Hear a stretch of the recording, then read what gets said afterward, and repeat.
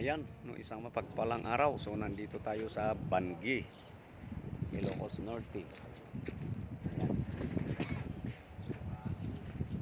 Kung saan nandito yung windmills. Ito kasi yung pinakamaganda na location kung saan pwedeng tignan at bibisitahin ang windmill na ito. Ayan. So makikita nyo naman. Then dyan sa mandang baba, maraming kubo dyan. Marami din yatang kainan dyan. Although hindi po maboro yung panahon ngayon kasi super init. Kaya hindi tayo makalapit.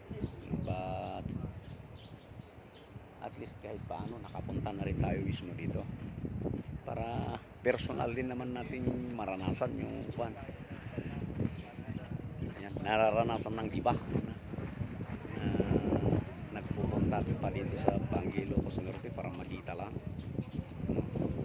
ang windmill na ito. Ayan, napakalaki actually ang maidudulot dito sa lalawigan ng Ilocos Norte. Ayan, kasi ayon sa mga palita ay mababa lang ang kanilang binabayaran. I think hindi ko alam mababa o libre, no? Hindi tayo sigurado doon.